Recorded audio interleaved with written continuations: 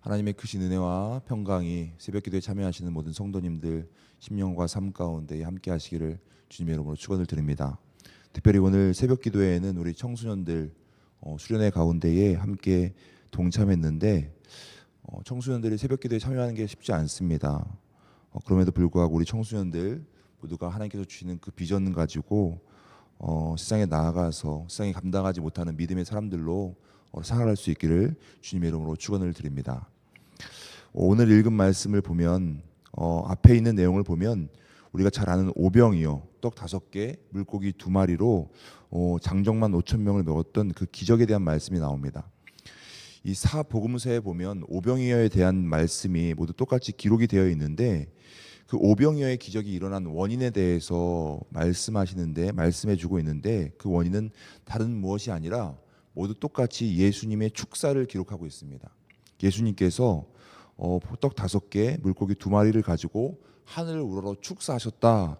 그랬기에 오병이어의 기적이 일어났다라고 복음서는 모두 똑같이 기록하고 있습니다. 하늘을 우러러 축사했다고 하는 것, 헬라어로 보면 율로게오라고 하는데 이 축사라고 하는 말은 번영을 빌다 하나님께 감사드렸다라고 하는 의미가 있습니다. 하나님께 축복을 빌고 또 하나님께 그 떡 5개 물고기 2마리를 가지고 감사드렸다는 겁니다.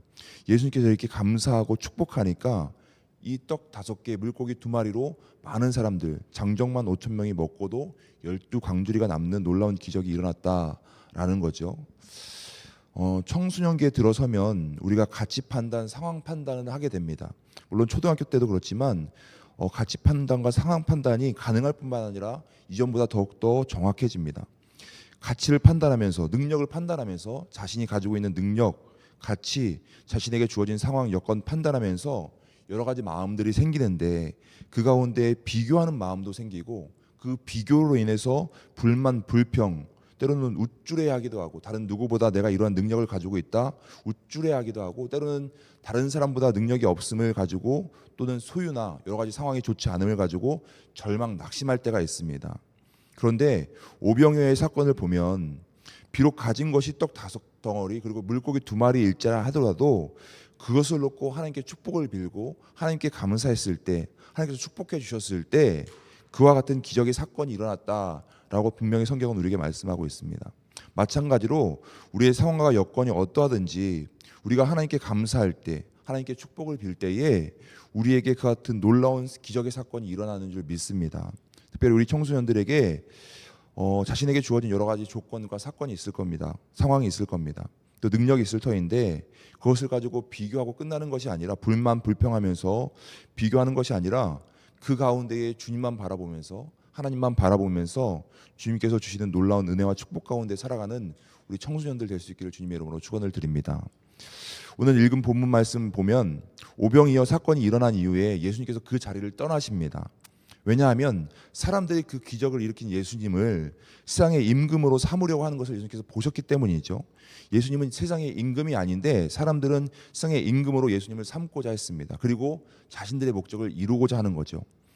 제자들을 배에 타서 먼저 가게 하시고 예수님은 기도하러 산으로 혼자 가셨다가 날이 저물었을 때에 무트로 내려오십니다. 무트에서 바다 가운데 배를 타고 있는 제자들을 보게 되는 거죠. 근데 제자들이 탄 배가 순풍을 만난 것이 아니라 역풍을 만나서 역풍으로 인해서 바다 위에서 힘겹게 노를 저으면서 고난당하고 있는 것을 예수님께서 보십니다. 그리고 예수님께서 그들에게 가십니다. 그런데 오늘 48절 말씀 보니까 그냥 가신 게 아니라 바다 위를 걸어서 제자들에게 가셨다라고 말씀합니다. 현재 우리가 가지고 있는 이성으로 잘 이해가 되지 않습니다. 우리 청소년들만 해도 이 사건을 바라볼 때 어떻게 사람이 무리를 걸을 수 있나, 부력이라고 하는 어떤 과학적인 그 지식만 있어도 어떻게 사람이 무리를 걸을 수 있나, 불가능하다, 잘 이해가 되지 않습니다. 그런데 당시 그 예수님을 봤던 제자들도 그 사건을 눈앞에 보는 광경을 믿을 수가 없었습니다. 무리를 걷는 예수님을 보고 믿을 수 없었기에 예수님을 알아보지도 못하고 예수님을 유령이라고 불렀습니다. 사람을 크게 두 부류로 나눠보면 자신에게만 관심과 초점을 맞추고 살아가는 사람이 있습니다.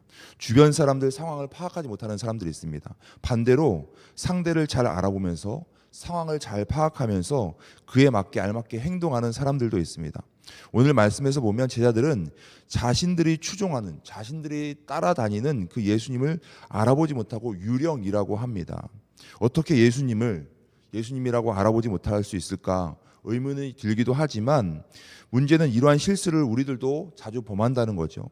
52절 말씀에서 보면 우리의 마음, 우리의 영혼이 우둔해지면 그러한 실수를 범하게 됩니다. 상대를 잘 알아보지 못하게 되고 그 상황을 잘 파악하지 못하게 됩니다. 그래서 대상을 제대로 파악하지 못하고 사건의 본질을 정확히 파악하지 못할 때가 있습니다. 우리의 마음이 우둔해지면 그렇습니다. 그럴 때 우리에게 필요한 것이 무엇이냐? 우리의 마음을 하나님께 집중하고 하나님을 경외하는 겁니다. 성경에서는요, 공부를 많이 한다고 지식과 지혜가 쌓인다라고 말씀하지 않습니다. 하나님을 경외하는 것이 지식의 근본, 지혜의 근본이다라고 분명히 우리에게 말씀해 주고 계시죠. 특별히 우리 청소년들 하나님을 경외함으로 하나님께서 주시는 그 지식으로, 지혜로 세상에서 만나는 대상과 사건의 본질을 꿰뚫어 볼 수 있는 사람들이 될 수 있기를 주님의 이름으로 축원을 드립니다. 예수님은 당신을 유령이라고 부르는 제자들을 보고 그들의 마음을 읽으십니다. 그리고 그들을 안심시키시고 자신을 확인시키시고 두려워하지 말라라고 말씀하고 계시죠. 50절 말씀에 보니까 우리가 주목해 볼 말씀이 바로 내니 두려워하지 말라라고 하는 겁니다. 여기서 나라고 하는 단어는 물론 예수님 당신 스스로를 제자들에게 확인시켜 주시는 말씀인데, 영어 성경에서 이 구절을 보면 어떻게 표현되어 있냐면 It's I라고 표현되어 있습니다. 나다라고 할 때 보통 영어 번역을 하면 보통 It's me라고 되어 있는데, 성경은 분명히 예수님 자신을 me라고 표현하지 않고 I라고 표현하는 겁니다. 우리 청소년들 영어를 배워서 다 알겠지만 I와 me의 차이는, I는 주격입니다. 그리고 me는 목적어죠. 목적적이죠. 주어는 행동하는 사람, 명령을 하는 사람, I라고 한다면 목적어 me는 다른 사람의 행동에 의해서 결정되는 사람, 그 명령을 따라야 하는 사람이 바로 목적어 me입니다. 그런데 오늘 말씀에서 예수님께서는 나니라고 하셨을 때 예수님 자신, 예수님은 결국 목적어가 아니라 주어라라고 말씀하고 있는 거죠. It's me가 아니라 It's I라고 표현하고 있습니다.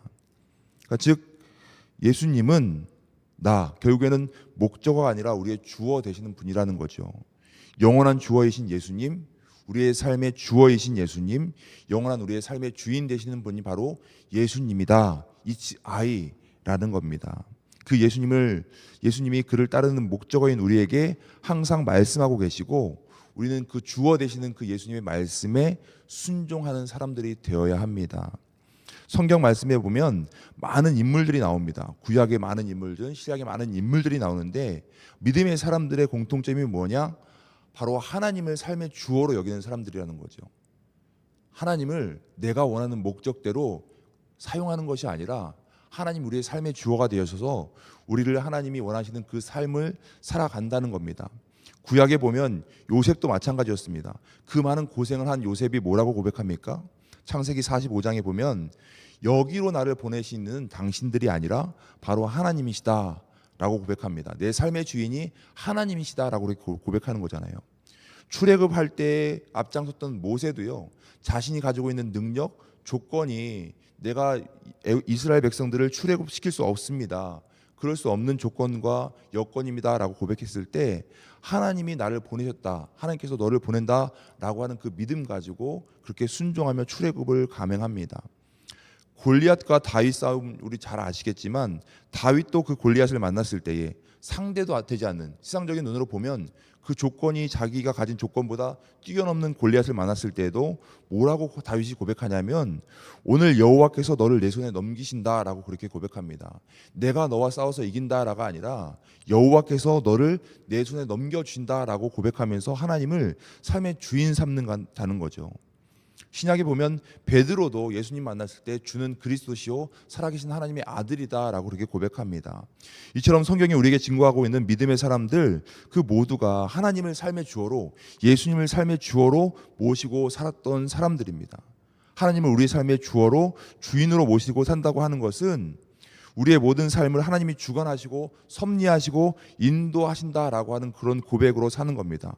내 삶의 주인이 더 이상 내가 아니라 내가 하고 싶은 대로, 나의 생각대로, 나의 어떤 의지대로, 내 감정대로 부모님께, 친구들에게 대하는 것이 아니라 주님이, 하나님이 내 삶의 주인 되어 주신다. 주님이 내 삶의 주어가 되어 주셔서, 아이가 되어 주셔서 주님이 명령하신 대로 내가 살아간다 라고 그렇게 결단하고 고백하는 사람들이 바로 하나님의 사람들이라는 겁니다.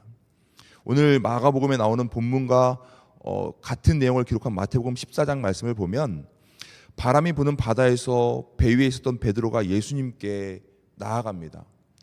주님, 만일 주님이시거든, 주님이 나의 주인 되시거든 나를 명하사 물 위로 오라 하소서. 자기도 물 위를 걷게 해달라는 겁니다. 이에 예수님께서 베드로를 오라라고 말씀하시죠. 그러니까 베드로가 예수님 바라보면서 물 위를 걷습니다. 그런데 물 위를 걷던 베드로가 언제 물에 빠지냐면, 자신의 시선이, 자신의 초점이 예수님께 향하지 않고 그 부는 바람에게 시선이 옮겨졌을 때 물 위를 걷던 베드로가 물에 빠지게 되는 것을 보게 되죠. 마찬가지로 우리의 삶도, 우리도 예수님이 아닌 다른 것에 우리의 시선을 두게 될 때, 우리가 가지고 있는 어떤 상황들, 나에게 주어진 상황들, 나의 능력, 나의 조건에 우리의 시선, 우리의 마음을 뺏기게 되면 그것들을 무서워하고 그것들을 두려워하면서 비교하면서 물에 빠질 수밖에 없다는 겁니다. 오늘 읽은 말씀 53절 이하의 말씀도 보면 예수님께서 병자를 고치시는 내용이 나오는데, 오직 우리의 주인 되시는 그 주님만을 바라보면서 주님께 나아갈 때에 우리 육신 가지고 있는 우리의 삶 가운데 있는 우리 문제들, 우리의 삶 가운데에도 하나님의, 주님의 놀라운 은혜가 나타난다라고 하는 것을 우리가 보게 됩니다. 우리 마음 가운데, 우리 육체 가운데 많은 어려움들, 고민들이 있을 수 있습니다. 갈등이 생길 수 있는데, 그때 우리가 해야 할 일은 다른 무엇이 아니라 우리의 길과 진리와 생명 되시는 그 예수님 만나고 예수님 바라보고 그분께 초점을 맞춰서 나아간다고 한다면, 그분을 만나서 그분의 옷자락을 만진다고 한다면 우리가 가지고 있는 문제들이 다 해결될 수 있다라고 분명히 성경은 우리에게 말씀해 주고 있습니다. 오늘 말씀을 정리하자고 한다면, 감사할 수 없는 것 같은 그런 조건, 상황일지라도 우리가 주님만 바라보고 주님을 기대해야 합니다. 폭풍과 치는 바다 위와 같은 상황이 우리에게 일어날 때라도 의지할 것 없고 두렵게 만드는 그러한 사건, 상황이 우리에게 엄습할 때라도, 우리의 육신의 힘으로 어찌할 수 없는 그러한 일들이 우리에게 일어날지라도 우리의 삶의 주어 되시는, 우리의 삶의 주인 되시는 주님만 바라봐야 된다라고 분명히 우리에게 말씀하고 있습니다. 모든 상황 속에서 주님의 일하심을 믿고 의지하는 삶을 살아가는 우리 성도님들이 될 수 있기를 주님의 이름으로 축원을 드립니다. 특별히 오늘 새벽기도에 참여한 우리 청소년들, 그러한 삶의 주인을 바로 예수님으로 모시고 살아가는 우리 청소년들이 되어서 하나님께서 베풀으시는 크신 은혜, 놀라운 역사가 우리 청소년들 삶 가운데 일어나기를 주님의 이름으로 축원을 드립니다. 함께 기도하겠습니다. 하나님 아버지, 오늘도 우리에게 새날을 허락하시고 예수님으로 말미암아 새 생명으로 살아가게 하시니 감사합니다. 어떠한 상황과 조건 속에서도 주님만 바라보며 주님의 은혜와 축복 가운데 살아가게 하시고, 오직 주님만이 우리의 삶의 주인이심을 고백하며 살아갈 수 있도록 우리의 마음과 삶을 인도하여 주시옵소서. 특별히 청소년부 수련회 가운데에 새벽기도에 참여한 우리 청소년들을 축복합니다. 하나님께서 우리 청소년들에게 비전을 허락하여 주시고 지혜와 총명과 명철을 더하여 주셔서 세상에 감당할 수 없는 믿음의 사람으로 성장시키시고, 저들의 삶을 주관하여 주셔서 언제 어디서든 무엇을 하든 주님을 위하여 살게 하시고 주님의 이름을 높이며 주님께 영광 돌리는 자들 되게 하여 주시옵소서. 오늘 하루의 삶도 모두 주님께 온전히 맡기오며 우리 주 예수 그리스도의 이름으로 기도드립니다. 아멘. 하늘에 계신 우리 아버지여, 이름이 거룩히 여김을 받으시오며 나라가 임하시오며 뜻이 하늘에서 이루어진 것 같이 땅에서도 이루어지이다. 오늘 우리에게 일용할 양식을 주시옵고 우리가 우리에게 죄 지은 자를 사하여 준 것 같이 우리 죄를 사하여 주시옵고 우리를 시험에 들게 하지 마시옵고 다만 악에서 구하시옵소서. 나라와 권세와 영광이 아버지께 영원히 있사옵나이다. 아멘.